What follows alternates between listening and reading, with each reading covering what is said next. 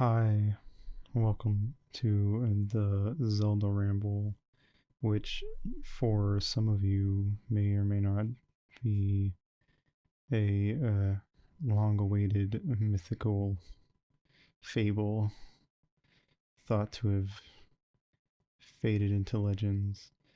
Anyway, so yeah, I'm just going to talk about the Zelda series and my history and relationship with them because for anyone that knows me personally, I'm uh, typically considered like the Zelda guy. Um, so yeah, I guess we'll start talking about them in a semi-chronological order. I don't know if this list I have is actually chronological. Um, but hey, let's go. Starting with the very first game, Legend of Zelda for the NES. Um, I've only beaten this game once, and I don't know. I mean, obviously, I'm not going to be able to say anything about it that isn't or hasn't already been said. But I don't know. I mean, I don't really care enough to go back and replay it. It's for those of you that haven't played the original Zelda, basically, it was a lot less story heavy than typical Zelda games are now. But most NES games weren't super story heavy. You start the game and you just are in the woods and you walk into a cave. You get your first shitty sword, and bada bing, bada boom. You just start walking around until you find the dungeon, and you do the dungeon, and you just wander around and rinse and repeat. And it's pretty Metroidvania. Very open. You can go literally anywhere, I think, in the world, except for like one dungeon is behind. You have to have an item to get to it. I believe everything else you can just get to if you just know where to go. But you do need certain items to progress to certain dungeons and blah blah blah. But I think some dungeons you can do in order. But I don't know. Like I said, I've only done it once, and I did it in order because they get more and more difficult with each dungeon. So yeah, I don't know. I mean, aside from it being the first Zelda game, and starting the series, um, I don't really have any particular fondness for it. It wasn't my first Zelda. It was maybe like my 8th or ninth Zelda game. So, I already had an idea of what I liked in Zelda. Um, but I mean, there's some cool things there. I mean, I do appreciate that the world is as open as it is, and that there are some parts of the game where to advance you just kind of have to figure it out. Though I can kind of see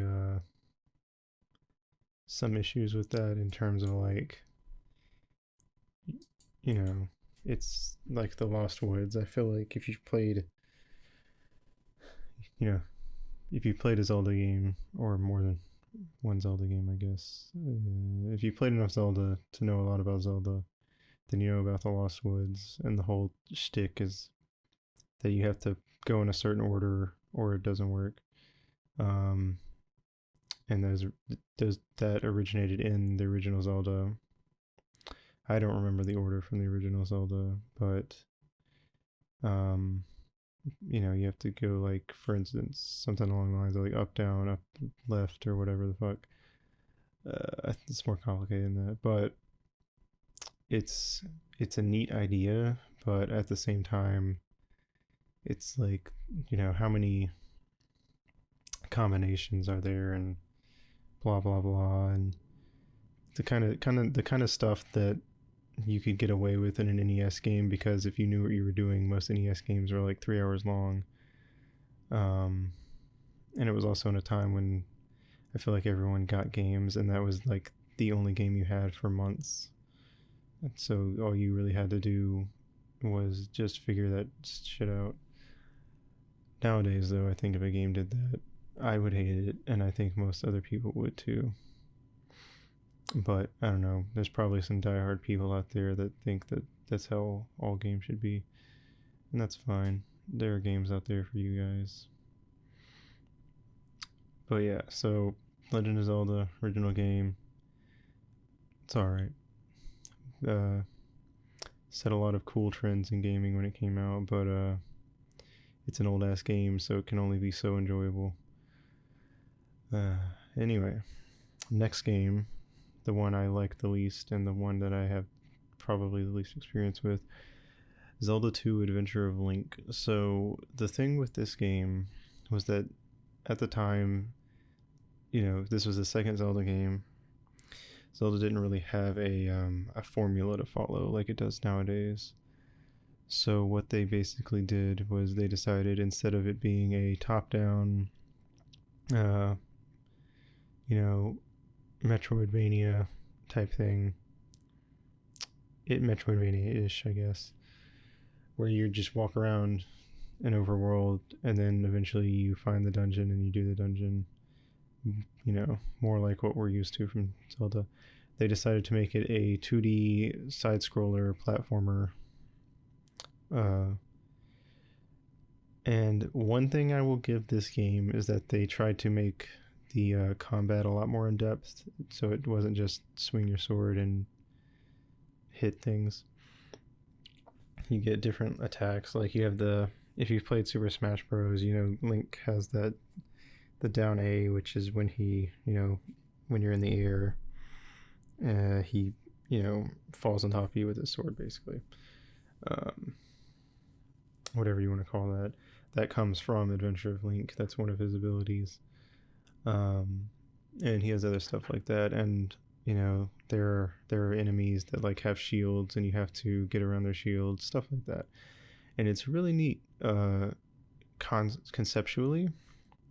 But a lot of these enemies are really unforgiving. Like, you have to be like frame perfect, it feels sometimes, to actually land a hit. And I don't know, I guess, to be fair, I've never been like the biggest 2D side-scroller platformy guy. And it also takes the Metroidvania thing up a notch, which is interesting because I guess the only other game that really worked like this was Metroid. But because it's 2D side-scroller platformer thing, the dungeons are, more vertical than they are anything else. And they're, much like the first game, they're very maze-like. But one thing I will say about Zelda 2 is I feel like the dungeons blend together a lot more. And different rooms in a dungeon often feel the same, and I always thought it was way too easy to just kind of run in circles for 20 minutes without knowing where you're supposed to go. But I guess, to be fair, I'm just not good directionally, so maybe that's just me. But I don't know, I don't feel like Adventure of Link tries to combine like the Final Fantasy run around the overworld, go into towns, talk to people, with the but the dungeons are more like playing Metroid, except with sword instead of gun. So they tried to combine like those two things together, and it's an interesting idea, and there are definitely people that like it, but I'm not a fan personally.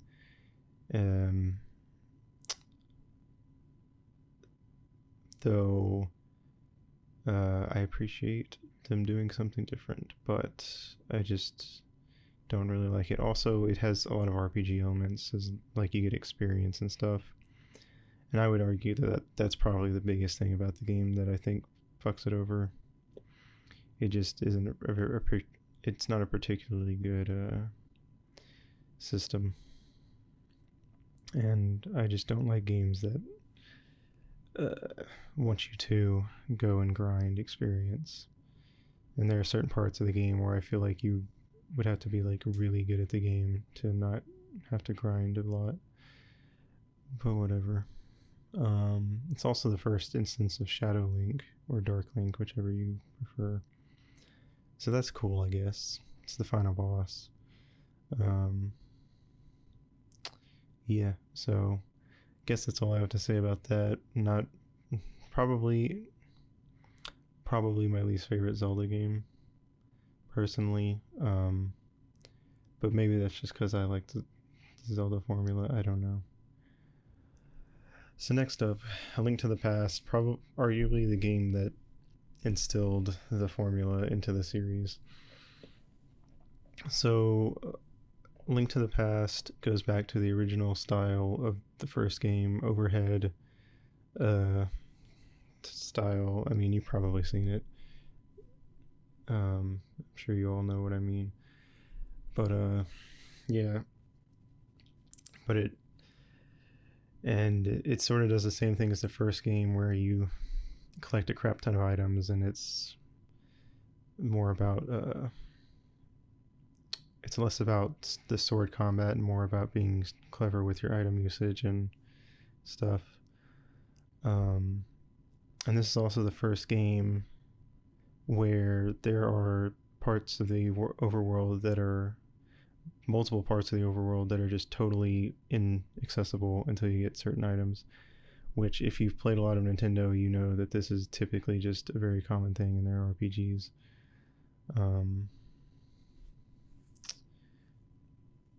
Like Pokemon, for instance, though I feel like Pokemon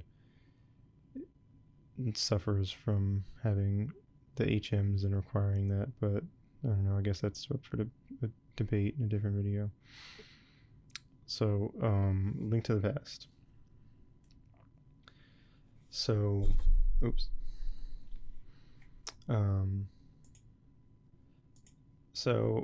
This is also the first Zelda game to have like a really heavy story focus. Like the start of the game is unlike the other two games that just start you and it's like play the game. This one opens up with a little cutscene of Zelda speaking telepathically to Link and being like, "Hey, come help me. I'm trapped," etc., etc. And then of course Link begins his adventure. Blah blah blah. Link to the Past, pretty good, I think. Even just beyond the fact that it set like the precedent for 2D overhead Zelda games, which is the formula that all the handheld games would follow later. Because as you may know, the series basically split into two types of games: the handheld games, which are the Link to the Past style over the head, blah blah blah, and then the 3D games that started with Ocarina. But yeah, I don't know. It's a good game. I also really enjoyed the whole going between the two different realms. I can't remember what it's called in that game, but it's essentially like the bad world, the Shadow Realm, whatever you want to call it. And you have like a little mirror that lets you like go back and forth between the two. It's a little more complicated than that, but that's not the point of this ramble. So that it started that, which is a trend that is in a lot of Zelda games, but weirdly enough, when I hear people talk about like the common trends and themes in every Zelda game, I don't really hear people mention the fact that is very common. because it is, but whatever. That some people, I guess, just don't really focus on that part of it. I don't know, whatever. But Link to the Past is cool. There's a crap ton of items, and you can get really creative with them. And it also was the first Zelda game to really like throw in a lot of side questy type stuff, where you can like really upgrade your gear, increase your defense, increase your sword's damage, etc., etc. There's some really OP items you can get a hold of, all that type of stuff, which of course also ended up being a big thing in later Zelda games. But no, I think if it weren't for A Link to the Past, if a Link to the Past hadn't been such a well polished, put together game, I think Zelda would have died on the Super Nintendo. Maybe the N64 at best. But yeah, so Link to the Past, good game. Set the trend to follow. Next game we'll talk about is Link's Awakening, which I grew up playing Link's Awakening DX for the Game Boy Color, but you know, it's basically the same game. So Link's Awakening is the first mobile as in it was on, you know, the Game Boy Color, Zelda game. First handheld Zelda game, I guess I should say. So this is essentially the point where we split between console and handheld Zelda games. The handheld games being the 2D overhead style, and the console games becoming the 3D open world style. Link's Awakening is really good. I would probably put it in my top 5. It has just really fun, interesting characters, a wacky world. It was basically the whole thing of Link's Awakening is that Link is out at sea, his ship crashes in a storm, and he wakes up on an island, and he starts exploring the island, and he has to wake up the windfish to get off the island. So he has to do, you know, like every other Zelda game, go collect the MacGuffins so you can beat the game. But there's a lot going on in Link's Awakening.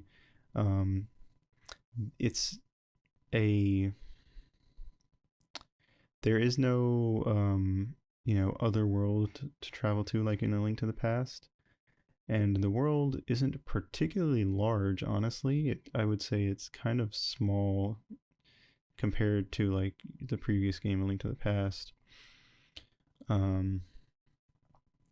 But although A Link to the Past is mainly large because they added the second world that you can travel to. But A Link's Awakening, while being kind of small, I wouldn't say it's small. It's just really tightly packed, I think is a better way to put it. There's a lot to do. Every screen has something going on in it.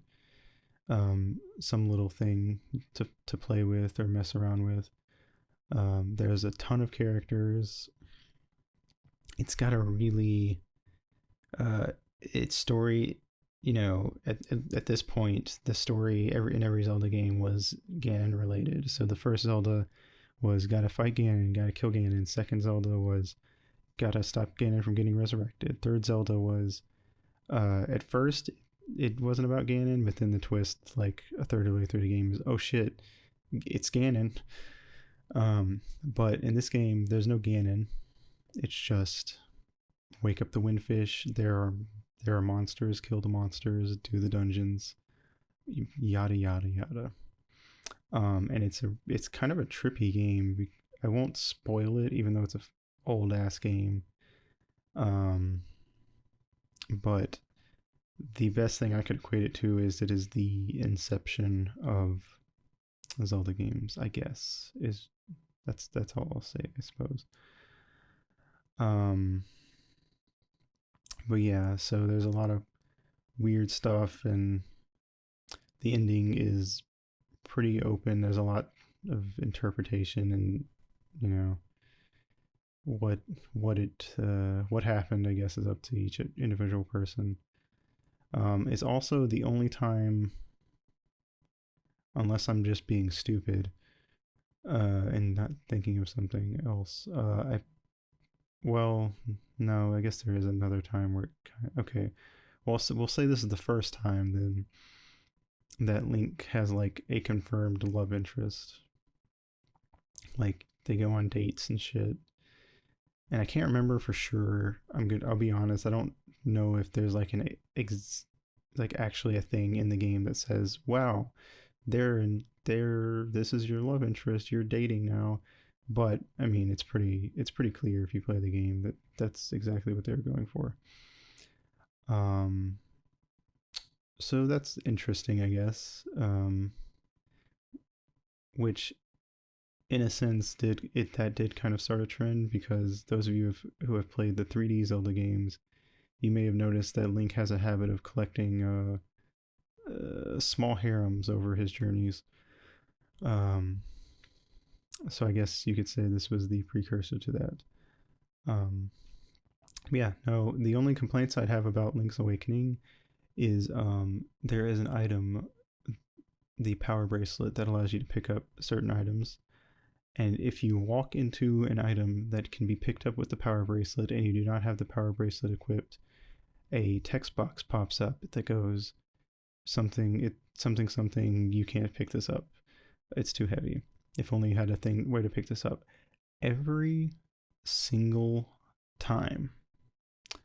It is super annoying, especially because once you get that item, the pots and stuff that you need the item to pick up start popping up all over the place.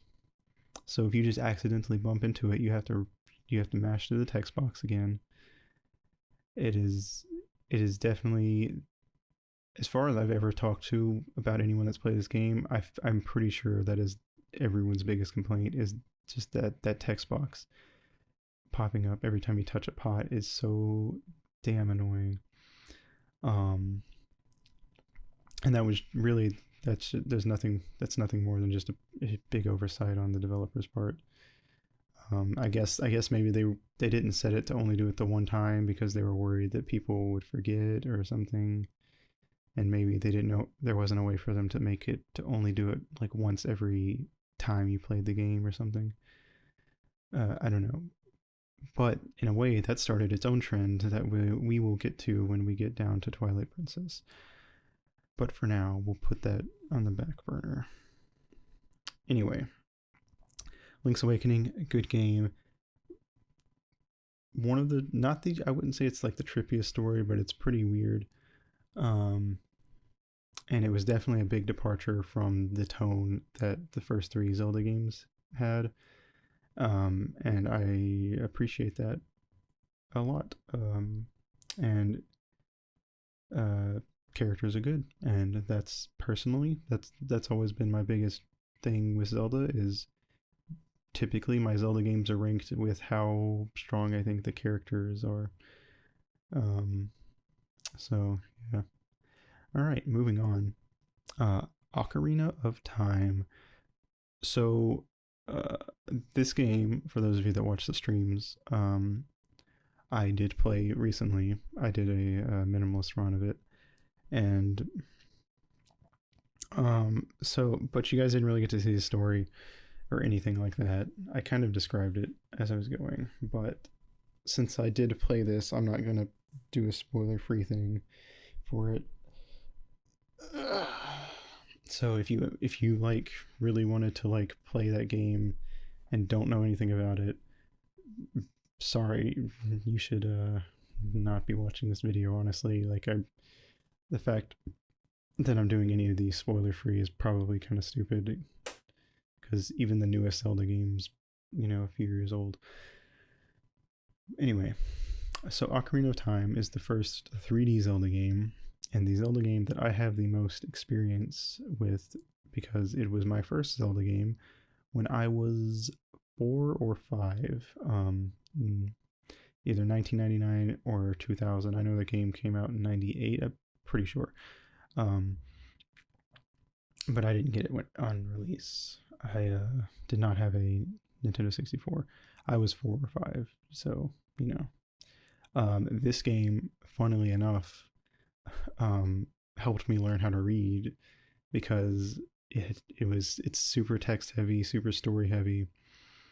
So I just kind of like, I feel like this game contributed to me being kind of ahead of the curve in elementary school when it came to reading.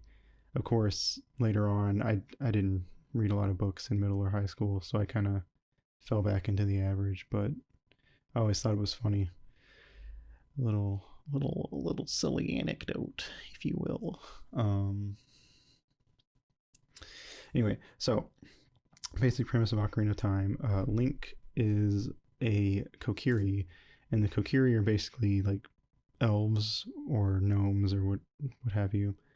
And they live in the forest, and they're children, and they're children forever. They don't age. Blah blah blah. And they're protected by the Great Deku Tree, and all Kokiri have a fairy except Link. Link does not have a fairy, but one day he gets a fairy named Navi. And this is also the first time you get a constant companion with you who's always with you to give you hints and stuff. Navi is always characterized as being extremely annoying, but I have never sympathized with that. I don't think she really is that annoying. Like, occasionally she'll say like, hey, listen, blah blah blah, but it's not that bad. I never bothered me. Granted, like I said, I've been playing this game since I was 4 or 5. Maybe that's why, but I don't know. It never was a problem for me. Anyway, moving on. So Link goes to see the Deku Tree. Deku Tree is like, hey, this evil guy cursed me. Link goes into the first dungeon, which is inside the Deku Tree, which is a pretty crazy first dungeon, especially when it's your first Zelda game, like it was mine. Because it's just this big ass tree. And similar to Zelda 2, at least this first dungeon, it's very vertical. And I would say that this was probably, in terms of like being the first Zelda dungeon in 3D that anyone ever encountered, I think it's a masterpiece. Honestly, like that first dungeon is, mwah. It forces you to think in a very 3D way. When you get the slingshot from here, and you have to shoot down a ladder. You have to shoot some Skulltulas off the wall so that you can climb up. You're forced. You go into this dungeon, and then you're forced to look around and observe all of your surroundings, top to bottom. You know, everything you can see. So it really like pushes you headfirst into this whole idea of like exploring your surroundings in every degree. And there's even, you know, for those of you that played, there's the part where you have to jump off the top floor and land on a spider web that's blocking the path to the bottom floor, which is where the last bit of the dungeon is. And it's just it's beautiful. It's so well executed. And for people who, you know, who only knew Zelda as a 2D game, I would argue it's a great dungeon to like really get you into that mindset that you need to be in to play like this is Zelda is 3D now. This is how it's gonna work. But it's beautiful. The first boss even requires you to like look up at it, and it's just, you know, Goma is this big like sort of like spider like creature that crawls around on the walls and ceiling, and it's beautiful. I love it. There's even parts of the game where like enemies will drop on you from the ceiling just to scare you. I don't know. It's good. really just forces you to be aware of your surroundings. Yeah, so basically the game just kind of carries on like any other Zelda game, collect the MacGuffins. It was also the first, well, I guess in Link to the Past, when Aghanim, however you pronounce it, reveals himself to be Ganon, that was a fair bit of a twist. But in Ocarina of Time, you probably all know by now, I assume, that when you get to the section of the game where you play as adult Link, you meet a character named Sheik, who is the last of the Sheikah, which was like a tribe of like essentially ninjas. Let's just be honest here. And when you get to the end of the game, after you beat all the temples, you meet with Sheik, who's kind of been showing up here and there and kind of giving you hints. And you hear other major NPCs tell you about how Sheik was like helping out in the background, doing stuff that you weren't around to help with, and yada yada. Because the whole thing is, when Link gets the Master Sword as a kid, he goes unconscious for 7 years, because apparently you have to be an adult to wield the Master Sword. Regardless, so Sheik's sort of just been like doing all this crazy shit in the background, helping out. And the big twist is that all along, when you were a kid, you met Princess Zelda, and she basically concocted the plan to like, let's get the Master Sword before Ganon does, because if he gets it, he'll get to the Triforce. Big twist: when you get the Master Sword, Ganondorf's like, oh well, thanks for helping out, I guess. I mean, I wasn't really sure how to get in here and get this thing, but you did it for me, so I'm just gonna take the Triforce and go. Fucking idiot. You little bitch. So anyway, the big twist is at the end of the game, you find out that Sheik was actually Zelda, and Zelda escaped after Ganondorf took over and has been pretending to be a boy, as well as some cool ninja, which Sheik actually does cool ninja stuff, so that just means that Zelda is now a cool ninja. I also feel like it's probably the Zelda. It's tied with Wind Waker Zelda. I would say it's probably the Zelda that accomplishes the most and actually like does a lot to help you out, besides being like, hello, I'm Zelda, go do the thing. Good shit. This is also the first time that we see Ganon as like a person, and it is actually the origin story of Ganon, which is really interesting because I never really thought about that much as a kid. But I feel like if you played the first 3 games, Legend of Zelda: Adventure of Link and Link to the Past, and you played Ocarina, I feel like that probably would have been really cool to be like, holy shit, like this is where he came from, like this was the start. So that's pretty cool. I like that a lot in hindsight. So you most of the game, Ganon is Ganondorf. He's a person. He's a Gerudo. And then at the end of the game, after you think you've killed him and his castle has fallen to ruin, he comes out and he uses the Triforce of Power to turn into the large boar-like monster that you see him as in basically every other game. And it's not a... I don't consider it to be a particularly difficult fight, but I do consider it to be a very epic fight. It's really cool.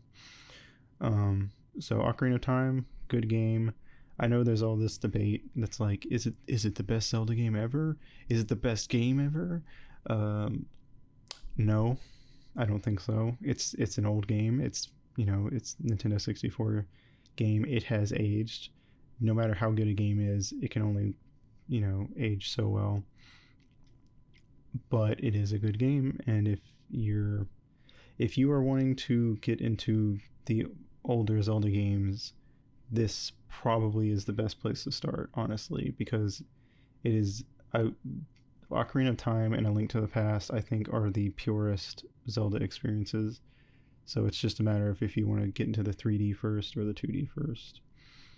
Though if you if you're not really that big into retro games, but you want to give the Zelda series a try, I would recommend just trying Link, Link Between Worlds or Breath of the Wild, whichever you can get your hands on easier, because they're the newest too. All right, but moving on to the next game, which is actually a direct sequel to Ocarina of Time, Majora's Mask, which is my favorite Zelda game. And like I mentioned before, I rate my Zelda games based on like the characters and then the atmosphere and stuff.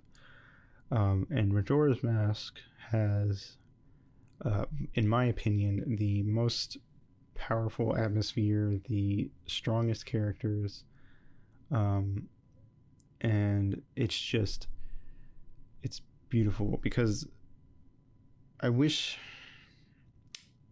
Breath of the Wild kind of did this, but I don't like the way Breath of the Wild did it, because Breath of the Wild's story and characters are extremely weak, but we'll get to that later. Majora's Mask, there are only 4 dungeons. In Ocarina of Time, there are 9, I believe.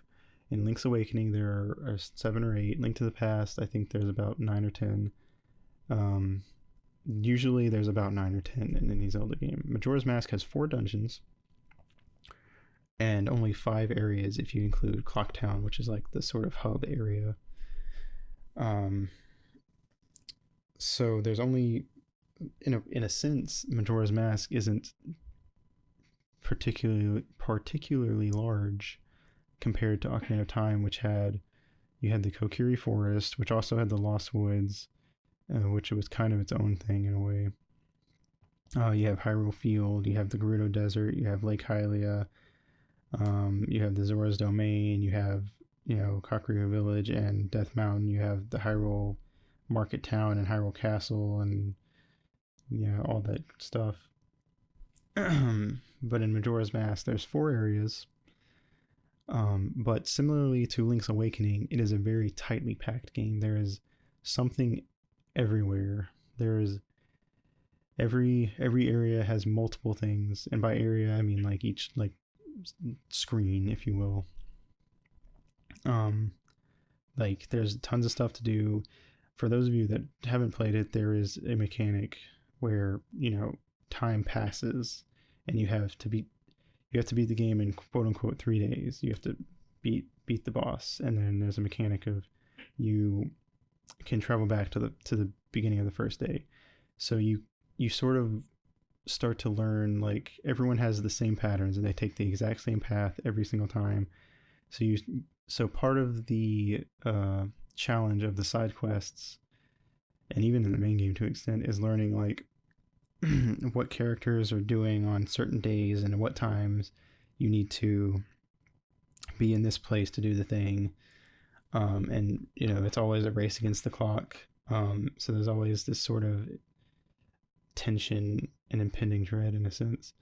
And I don't know, it's just really fun because the characters have, they had to plan out the characters' day-to-day lives across these 3 days. You can pick any character that doesn't just stay in the one spot, which there aren't too many of those that do that. And even those, typically, if you talk to them multiple times across the 3 days, they have different things to tell you. But if you follow a lot of the characters around, you can just watch them do their day-to-day thing, and like really just you just get a strong feeling. Like you feel like these people because you're just watching them do their day-to-day. You're talking to them and they have different things to say throughout the 3-day cycle. It's just really interesting. And I don't know, man, like the characters are really fucking strong. It's a really weird, trippy game if you're into that type of thing. And yeah, I mean, there's also the mask thing, which on top of all the items you get, you also have masks, and the masks are useful to varying degrees. Some only do one very specific thing. Some are really useful, like the stone mask. Just makes you invisible to most enemies, not bosses, of course. least I'm pretty sure. I've never tried it. I feel like that they wouldn't let you do that. Um, I guess you're willing to try if you want, or you can try if you want. But yeah, and then you have the transformation masks, so you can turn into a Deku, a Goron, a Zora, and then if you get all of the masks at the very end of the game, you can get the Fierce Deities mask, which basically turns you into Adult Link, but with like purplish tunic and a big double helix sword, and you're really OP, and it makes the final fight basically a joke. Honestly, I actually I played this game on stream, and I did this one 100% through. So, if you want to go see it, it's there, and you can see just how like easy the final boss is if you 100% the game. But I don't know, it's just a really good game. Going around doing the side quests and collecting all the masks and shit. It doesn't feel like a chore. It feels fun and rewarding. Even though, like, my favorite mask is the postman's hat. The postman's hat gets you one piece of heart and nothing else, but it's my favorite hat because just the journey across that character's whole thing, like getting to know that character and all that shit. It's just, I don't know. It holds a special place in my heart. I love that postman. It's a good man.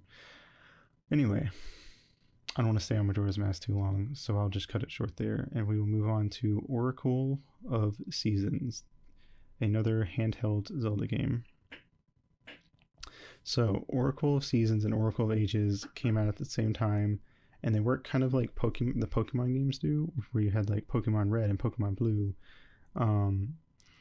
except instead of, you don't necessarily trade. So what basically how it works is when you beat Oracle of Seasons or Oracle of Ages, you get a password, and you put in that password give it to a certain character in the other game, and it basically unlocks shit from your previous game. You get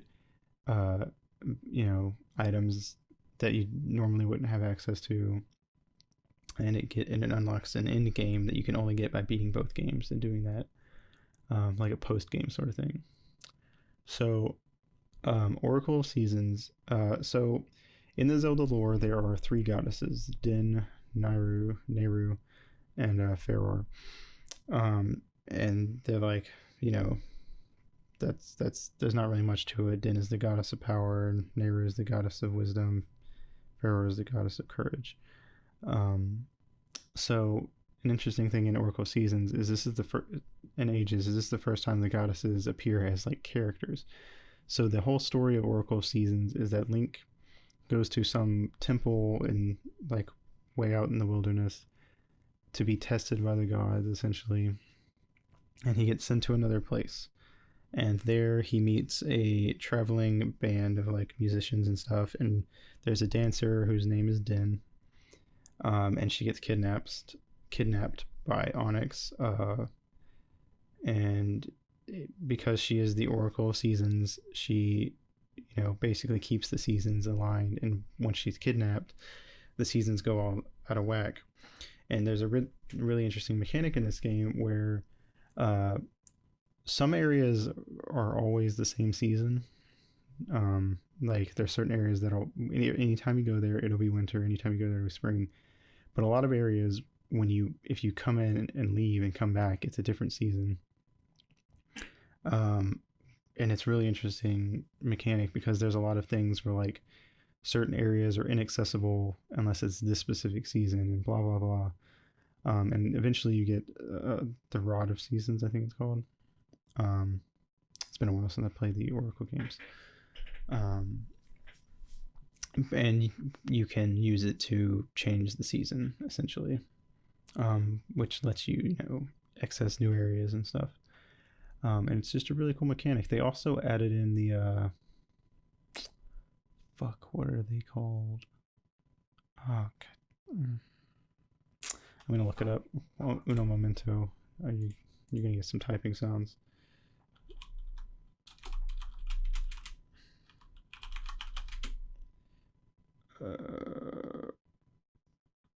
Underground underground.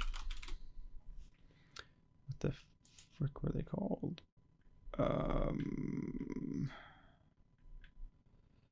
Simple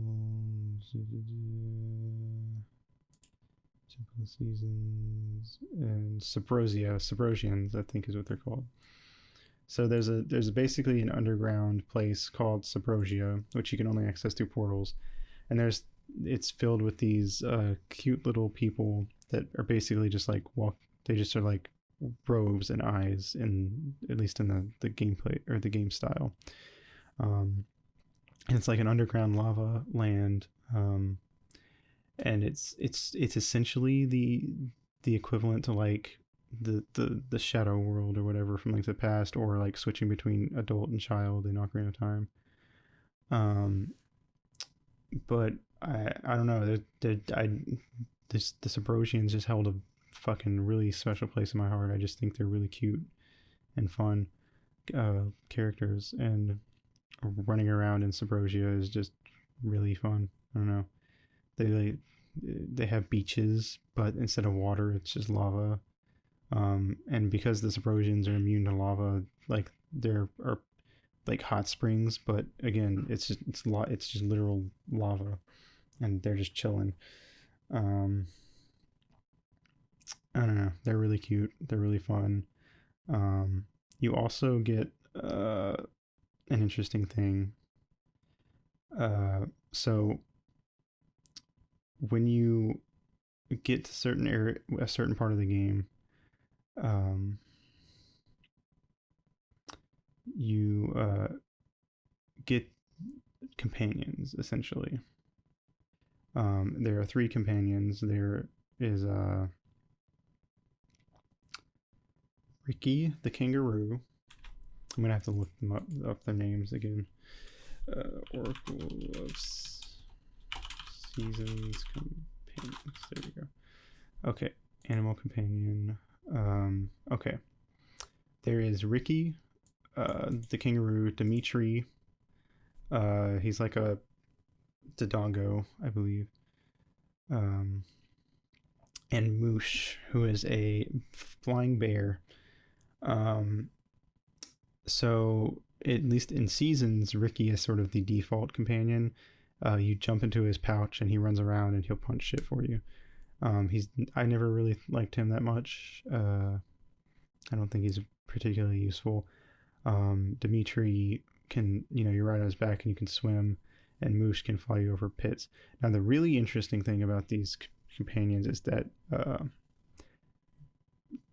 Ricky is the default. Dimitri you have to get by doing a side quest before you get to a certain part of the game, and Moosh you have to buy his thing before you get to a certain part of the game. So what's interesting though is that depending on which companion you get, it completely changes the overworld. Like if you get Ricky, the overworld is a lot more like grassy, I guess, like more foresty.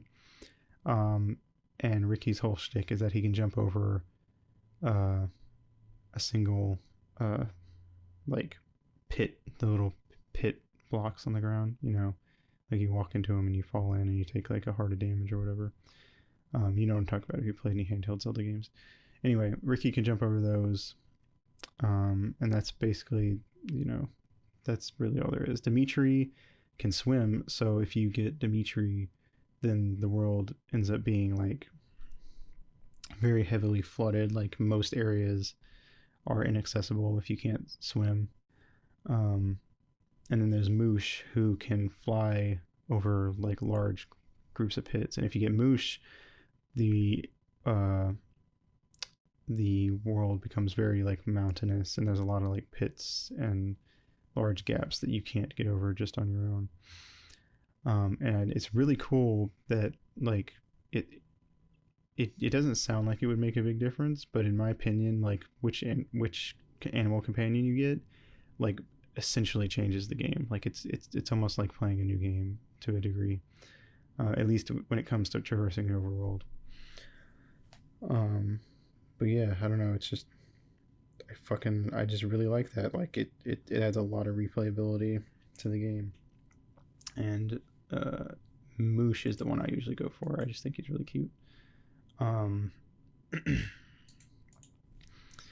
Anyway, so that, yeah, Oracle Seasons, saved in.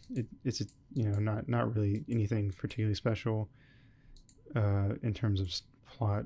The characters are good though. Like I said, I really like the Saprosians. Sorry, I'm clicking my mouse a lot. I really like the Saprosians. They're really cute. I think that Oracle Seasons is 100% worth playing, and I'd put it up in my top Zelda games. Next up is Oracle of Ages. I have not played Oracle of Ages as much as I have Seasons. I have only beaten Oracle of Ages once. So the gimmick in Oracle of Ages as opposed to Seasons is that instead of changing the seasons, you have a harp that lets you travel between the past and future, similar to Ocarina of Time. And the world is different depending on if you're in the past or in the future, and certain areas are inaccessible, or they're only accessible one way or the other, or certain characters can only be found in one or the other. And it's really cool. I like it. I do like it a lot.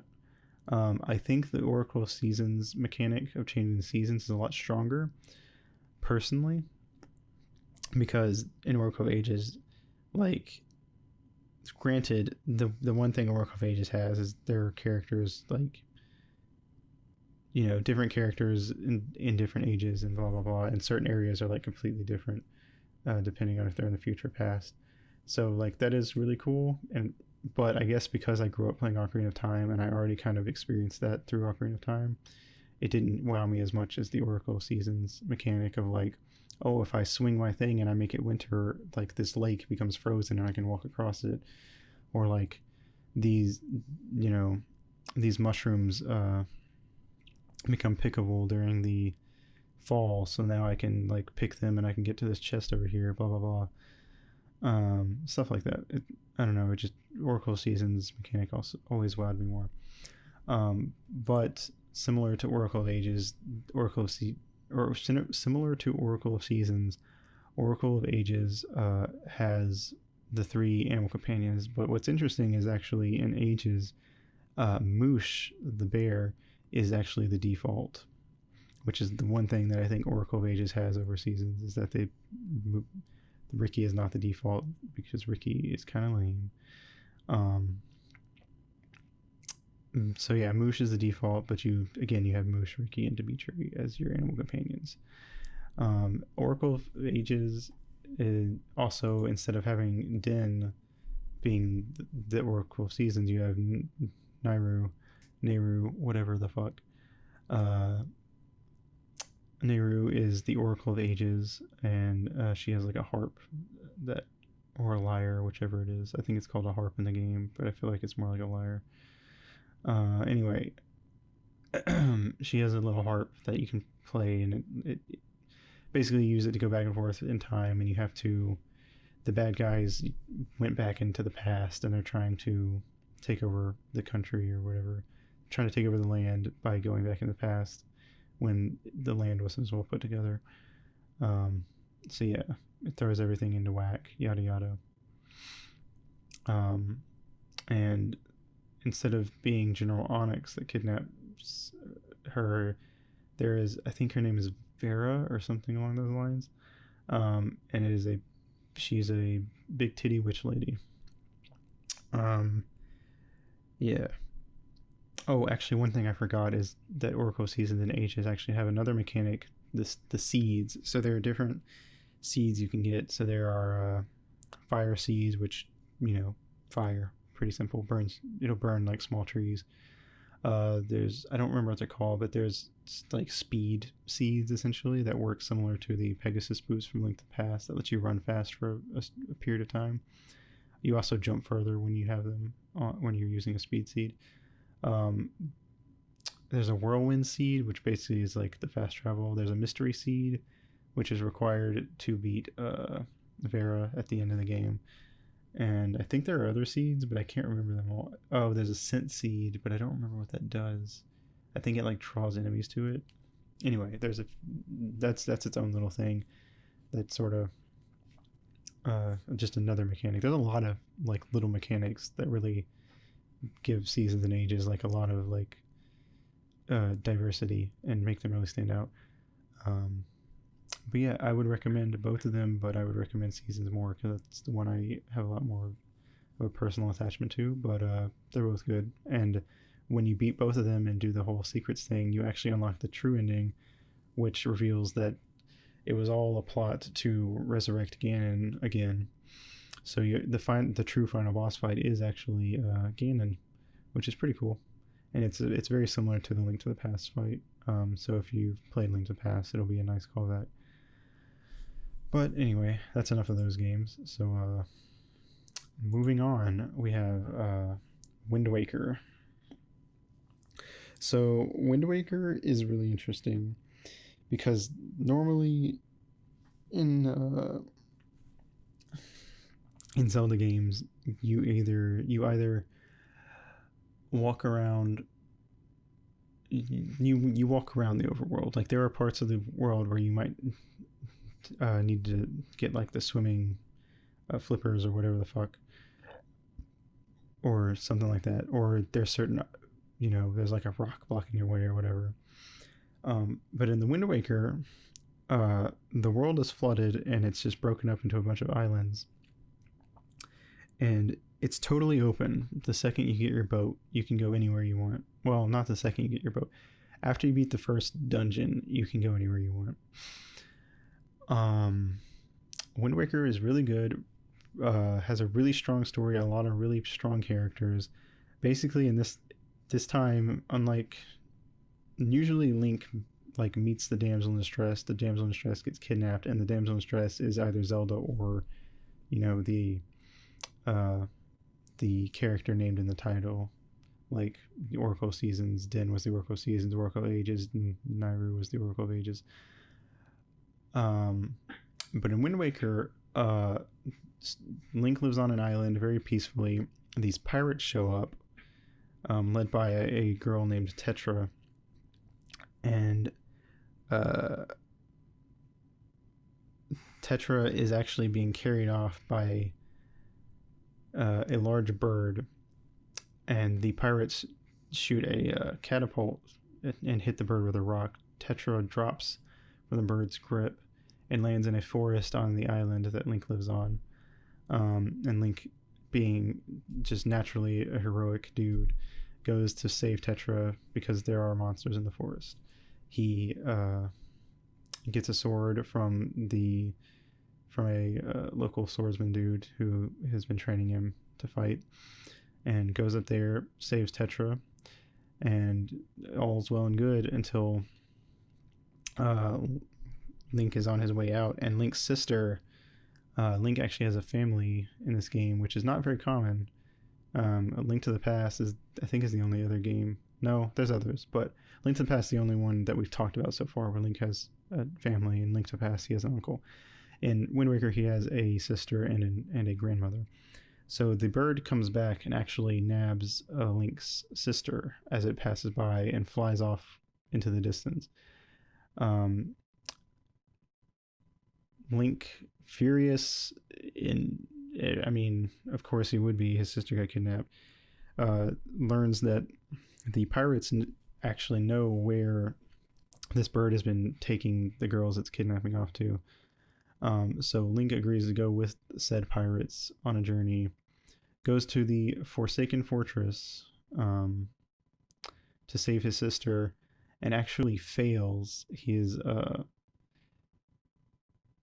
is defeated by the giant bird when he goes to try to save his sister, and is tossed into the ocean at the command of a shadowy figure, presumably to die when a strange boat shows up and picks him up. We then learn that this boat was actually just a sentient boat that was just rowing through the ocean on its own. And after gaining a sail for it, Link sets off with the boat named the King of Red Lions to get the MacGuffins. And after obtaining the MacGuffins, of course, he gets the Master Sword and he goes back to the Forsaken Fortress to rescue his sister once again. And this time he defeats the bird. I believe he does. Or maybe he doesn't. Maybe is that later? No, wait. Am I stupid? God, it's been longer since I played Wind Waker than I thought.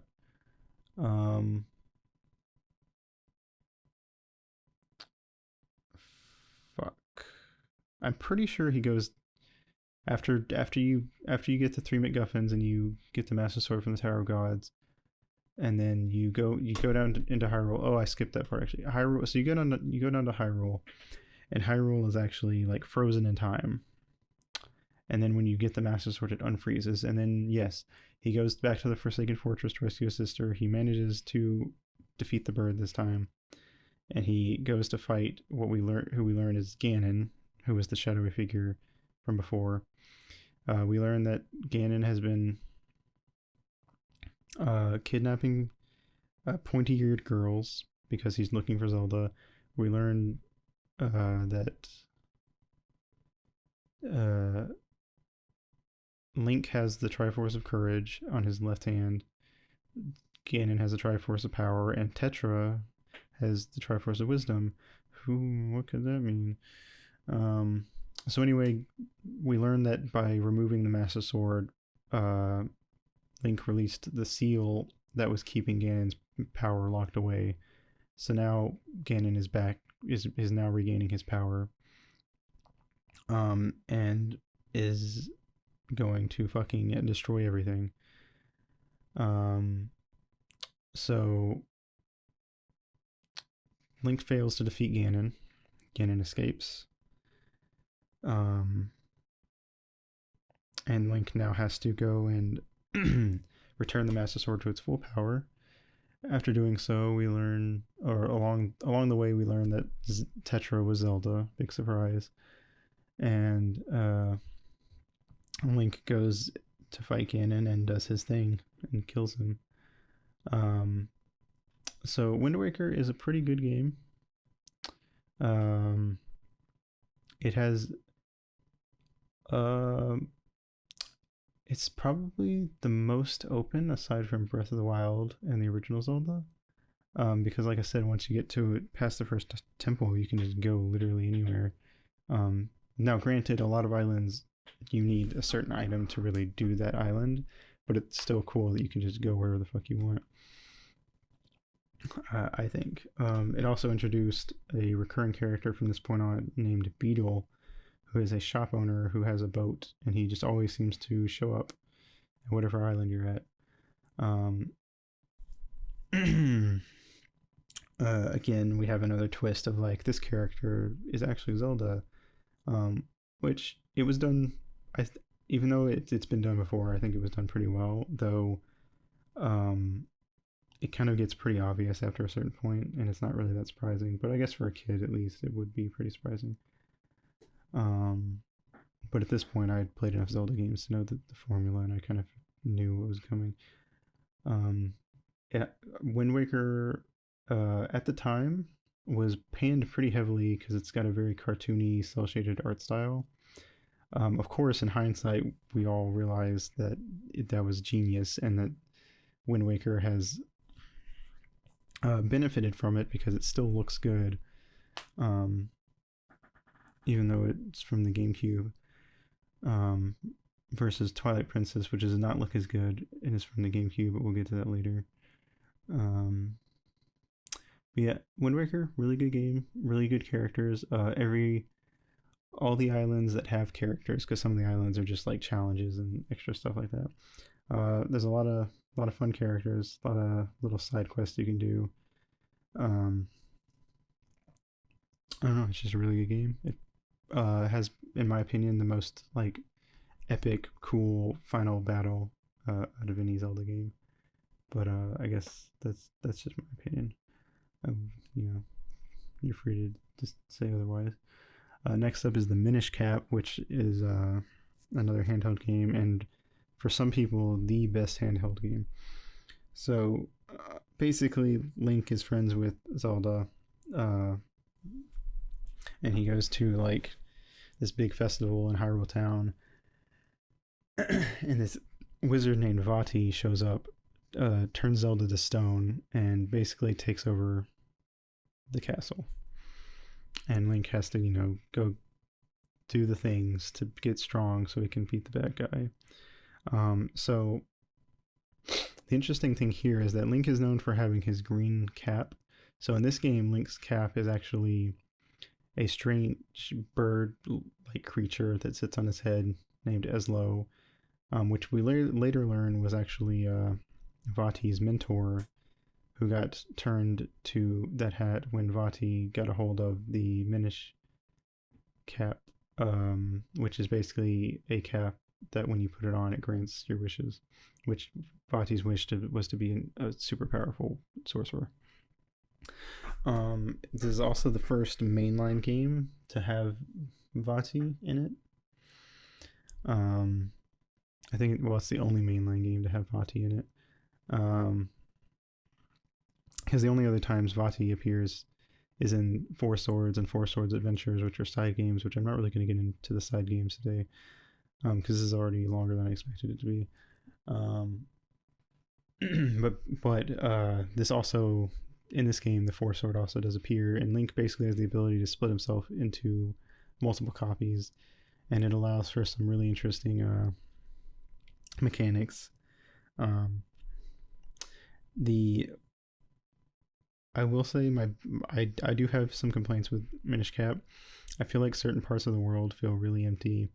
There's not a lot of side quest stuff that really feels particularly rewarding, aside from the sword masters you can learn new moves from.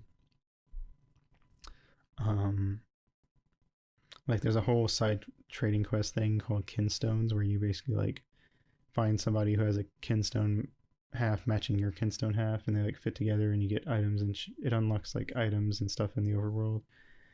And it's not that great in my opinion. But the characters are fairly good. Some parts of the game are a little weak story wise, but overall it's a fun game, good gameplay. I don't know. It also only has 4 dungeons, similar to Majora's Mask. It's not particularly long. So this is probably a good game if you want to play a more retro handheld Zelda game. This is probably the best one to start with. But yeah, pretty good game. Moving on to Twilight Princess, the edgy Zelda game. From what most people say, the general idea was that Nintendo was trying to appeal more to the Western audience by making it darker and grittier. So in this game, essentially, this dude named Zant who has come from the Twilight Realm, and he's encasing the world in Twilight, which is basically destroying the world. Link has to save him, yada yada yada. So the big mechanic in Twilight Princess is that Link turns into a wolf, if you have seen that.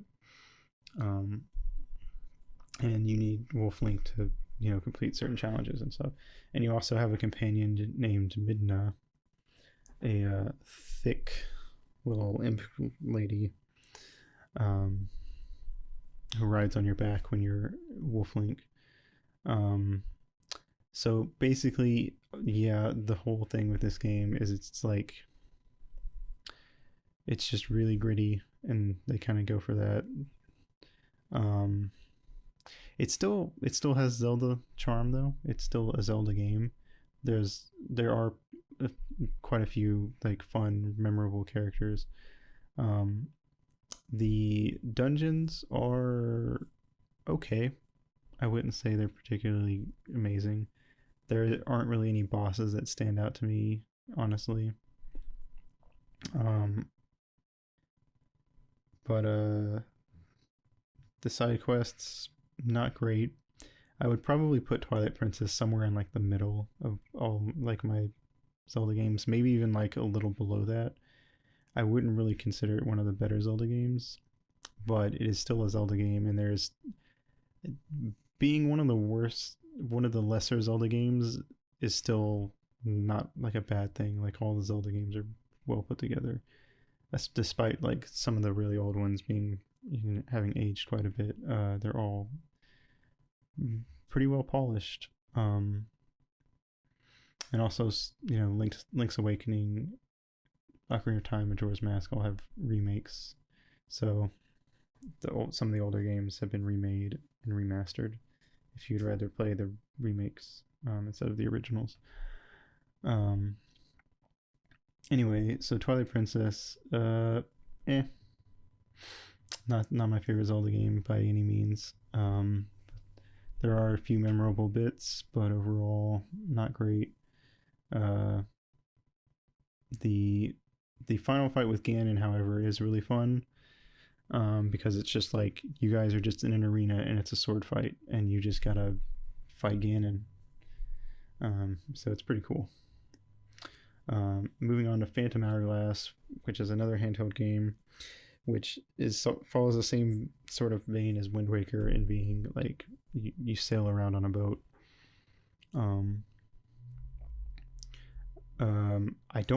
I really honestly don't remember a ton about Phantom Hourglass. A lot of people I talk to consider Phantom Hourglass and the next game we're going to talk about, Spirit Tracks, as being the weakest, like, modern, quote-unquote, Zelda games. And I would probably agree. I'm not really a huge fan of either. I beat both once, and I never played them again. So Phantom Hourglass's whole shtick is that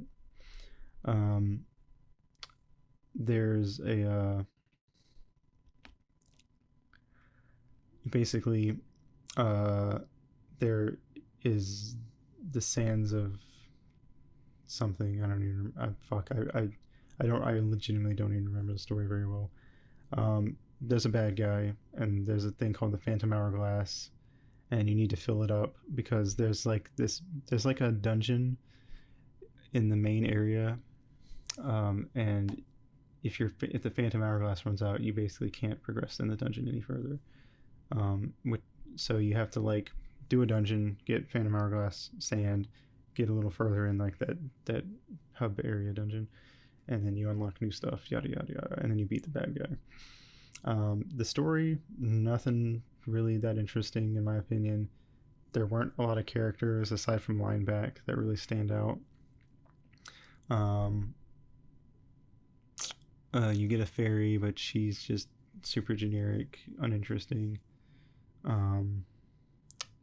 Yeah, I don't know. Definitely towards the bottom of my Zelda games. Don't really have a lot to say. I don't even remember a ton about it, so I guess that kind of speaks for itself. Spirit Tracks, I like more than Phantom Hourglass. I don't know if that's the common opinion. Basically, the whole shtick is that railroads. Link is a railroad boy, and you have to travel on a train around the world and connect the Spirit Tracks. And there's an evil train that you have to fight. And yeah, basically the world's split into 4 parts and you have to connect the tracks to get to the 4 places. The interesting thing here is that similar to Phantom Hourglass, there's like a main dungeon that you have to come back to after you beat all the other dungeons, and you get a little further. So Zelda is essentially been taken out of her body and her soul is put into a suit of armor, and you essentially have to use her to progress through that main like dungeon. It's pretty interesting, honestly. I do like that mechanic a bit. But overall, it's not super interesting or great in any real way. The characters didn't really stand out to me. The story is nothing special. I hardly remember it aside from there's a guy and you have to beat him, and I think at first you think he's a good guy, but then there's the twist is like, actually I was evil all along. Yeah. Definitely not that high on my list. Regardless, next up is Skyward Sword, which uh, could have been great, but it's not. So Skyward Sword is probably, in terms of character, is my second favorite Zelda game, right under Majora's Mask. Every character, in my opinion, is memorable in some way. Um, However, the story is just typical Zelda stuff, and it would be interesting if it weren't for all the padding. And this game's biggest issue, aside from the shitty Wii motion controls, is just the amount of padding and the backtracking and it just I don't know. It gets annoying and it gets old really fast, and you feel like you're just running in circles, even though you're supposedly progressing the game. But we this game's biggest draw when it came out was that it was like this was when the Zelda timeline was created, and this is the game at the very beginning of the timeline before anything else happened, and is the origin of everything that's happened in all the Zelda games. So basically, there was this dude called Demise, and he got sealed by the goddess Hylia, and Hylia was like, well, I'm going to go live among my people, and she created the three goddesses and let them rule and gave them the Triforce. And now she is reincarnated every so often as Princess Zelda. So we know why Princess Zelda is important.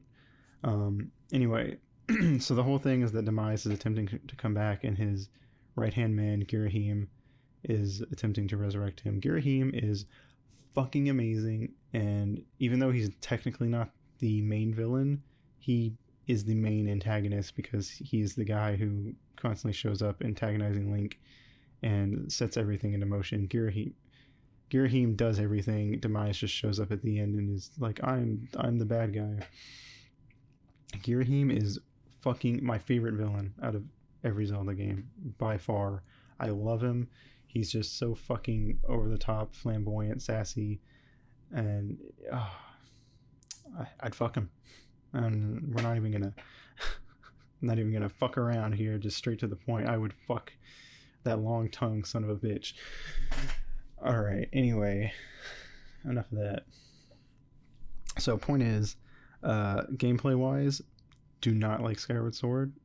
It is a chore to get through, but there are a lot of memorable characters. I would recommend watching Chugga Conroy's Skyward Sword Let's Play. I think if you want to go through Skyward Sword just for the characters and the parts of the story that are actually interesting, which is like half the story, and really, like I said, it would be a really good story if there wasn't a lot of padding. But if you want to go through Skyward Sword for the characters, watch his thing because he 100%s it. He gets into the details of all the characters and stuff. And you know, Chugga Conroy is very detail oriented. He gives you everything he can about the game. So it's just a good playthrough in general. So if you don't want to play the game because you don't like Wii motion controls, like me, watch Chugga Conroy. That's all I can say. So next up, Link Between Worlds, the most recent handheld game, unless you consider the Switch a handheld console, which is up for debate. So Link Between Worlds is essentially a follow-up to A Link to the Past. It takes place some amount of time later that I can't remember. So basically the mechanic in this game is that you can turn into a painting on the wall, and you can run across solid flat-ish surfaces. And it's a really good mechanic. A Link Between Worlds is definitely up there. Like gameplay wise, I would probably put Link Between Worlds as the best Zelda game, by a decent margin. It is a really good mechanic. There is also a mechanic where you can, once you reach a certain point, I think after the first dungeon, you can get every item in the game right there, right then and there. And of course, every area has like the one item you have to progress. But then having the other items might not be required. But there are parts where like having this item or that item can help you out. Now, how it works is essentially there's this character named Ravio, and he moves in your house like an asshole, and he sets up shop, and he will let you rent the items. So you have to. So for once, rupees in a Zelda game actually matter, because in every other Zelda game, what happens is you get to the second or third dungeon, and you get to a point where you're just full. Your wallet's full, and it just stays full.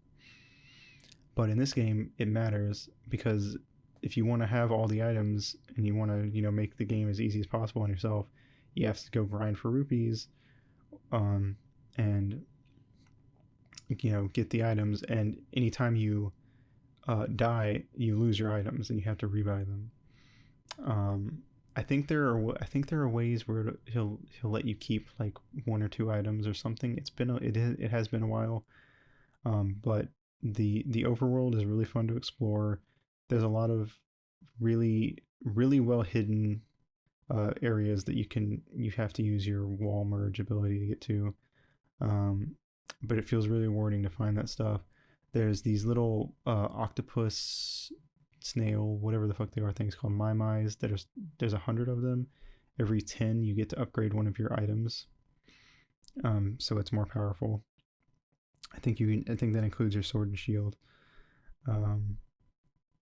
So yeah, they're just all over the place, and they're surprisingly not.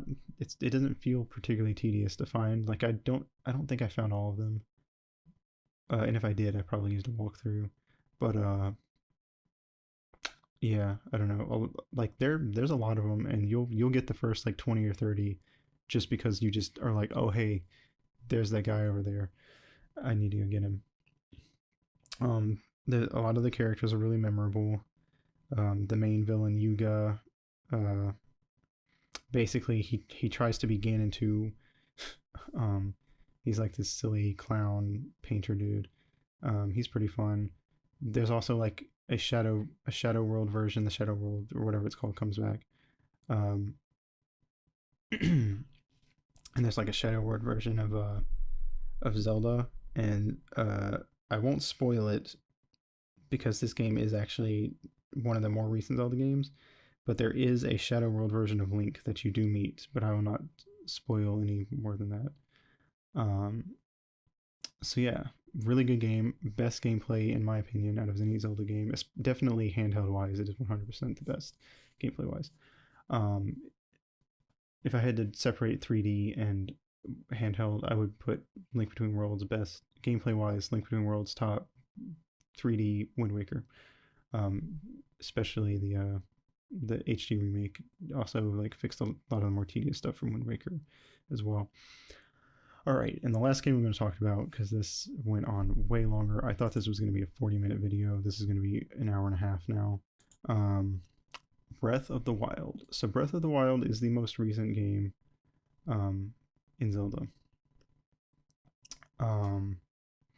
So Breath of the Wild came out on the Switch, and Breath of the Wild's whole thing is that it is very open. So if you've ever played like Skyrim or Oblivion or Fallout or any of those, you'll probably be kind of more familiar with this type of setup. So once you get past the first area in Breath of the Wild, you can go literally where you can. The big gimmick is that you can run from the first area to the final boss and beat him to death with some pots, sticks, and whatever else you find along the way, and without getting any health upgrades or what have you. You can just run to the final boss and just whack him to death, and that's just the thing you can do. And you know what? It's not a bad gimmick. I don't think it's anything wrong with it. My biggest issue is that man, the characters and the story. I did not give a fuck about any of it.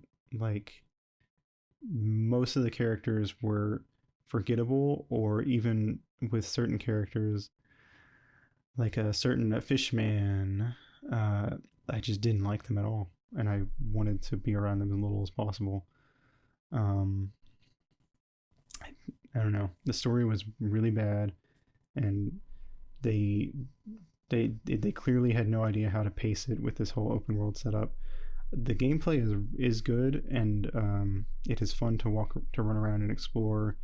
They introduced climbing, so you can climb shit, and you have a stamina meter, which you also had a stamina meter in Skyward Sword, but in Skyward Sword it was fucking awful, and there was no reason for it really. But in this game, it feels natural. They also have the mechanic of you can make food to like give yourself more health or more stamina or recover health or whatever. Um, there's a lot of enemies. There's a lot of different weapons you can use. The weapons break, but because of that, there's a shit ton of weapons, and there's always something around you can pick up.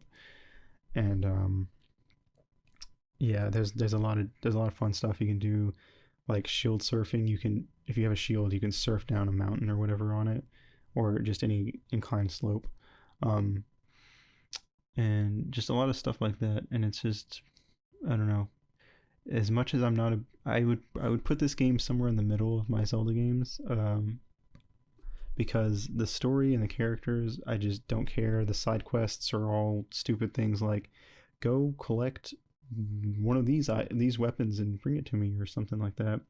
The DLC is not worth it in my opinion at all. Um, and uh, but the gameplay is fun. The opening area is really good. Like I was completely enthralled with that opening area. Um, and I was really I was mainly just disappointed when I got out of the opening area and I realized that the game was a lot more shallow than I thought it was. But running around and fighting things is fun. It feels good, and so if you don't care about the story at all and you just want a game that's fun to play, Breath of the Wild is probably the game to pick up. Especially if you're really big about playing open world games where you have a lot of freedom. Because once, like I said, you do the first four shrines, and the shrines are essentially like side mini dungeons you can do, and you have to do these to like if you this is how you get more health and stamina as you do four shrines, and then you go to one of the goddess statues and you can upgrade your health or stamina. Um, but there's a ton of shrines. I think there's like 120 something shrines in the game. Um, but after you do the first four shrines, you're free to do whatever the fuck you want. You can go anywhere, do anything in any order. Um, and yeah, so that's Breath of the Wild. I'd put it in the middle. If you're okay with a boring, uninteresting story and characters who are very forgettable in my opinion, um, but in all you care about is fun gameplay, then Breath of the Wild is definitely the game to pick up. Um, yeah. So uh, my only warning is that the actual dungeons, like the main game dungeons, not the shrines, but the divine beasts dungeons, uh, pretty stale, not that interesting. I would say if you're only in it for the gameplay, just don't do the story. Just run around doing the shrines and finding good weapons, and then whenever you feel like you're ready, just run to the final area and just start kicking ass and fight the final boss. Um, so yeah, that's about it, I guess. That's all the main Zelda games, and I don't want to get into any of the side ones because some of them I haven't played, and some of them are the ones I have played are not particularly interesting. Um, so yeah, this has been the Zelda Ramble, the fabled Zelda Ramble. Um, Not 10 hours like some people were requesting, but longer than I thought it was going to be. So I guess that's something. I've been sitting here a while. Anyway, so thanks for sitting with me through this. If you've never played any Zelda games, maybe this made you interested. Um, I have, if you're interested in streaming stuff, I have played Ocarina of Time and Majora's Mask. Those are archived in the stream playlist. They're unlisted, so you have to go to the playlist to find them, but they're there. Um, and I will be playing most, if not all, of the mainline Zelda games at some point in the future. Staggered out, of course, because I don't want to get stale. Um, on stream. So I guess if you like streams, look out for that in the future. Yeah. If you guys like this and you'd like me to talk about other game series that I grew up with, whether they're game series that I like or not. Pokemon, I don't like. Mario, I'm kind of whatever on. It depends on the game, really. Um, anyway, if you want to hear me talk about other game series that I grew up playing or that I'm familiar with, I guess let me know. I may honestly, it'll just really depend on if I want to do it or not. But if, I guess if you let me know, at least that way I know that people are interested. Anyway, whatever. I will let you go. Bye, I guess. Thanks for watching. Have a good day, good night, whatever it is for you. Mwah. See you in the next video.